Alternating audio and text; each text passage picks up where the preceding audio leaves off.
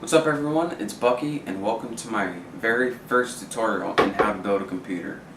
Now, in these next couple tutorials, I'm going to be teaching you guys everything you want to know about choosing components for your computer, if they're compatible with the rest of your computer, and finally going to put all the parts together and show you how to build a computer. Now, I already got all my parts with me, so we're ready to get started. But before we do, I just want to remind you guys, make sure you're watching these tutorials in high def. I'm going to put a link under my description box, and trust me, it makes a whole lot of difference.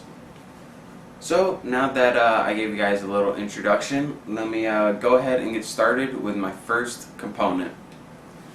Now the very first thing I do when picking out parts for my computer or building a new computer is pick out the CPU. And what the CPU is the processor. It stands for Central Processing Unit. And this is pretty much the brain of your PC or computer.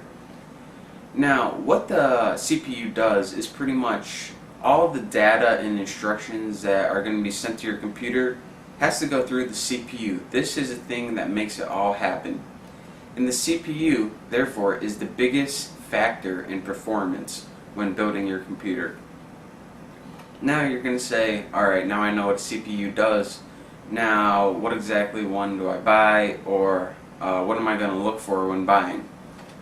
Well, first of all, you're going to come across one major issue, and that there's two brands of CPUs.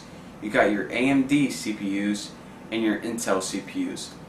Now, what this is pretty much just a brand name. Some people think one's better than the other. It's pretty much like Ford and Toyota, or Frosted Flakes and Fruit Loops. It's pretty much just a name. Some people prefer one over the other. I personally prefer Intel, but today we're going to be working with the AMD CPU.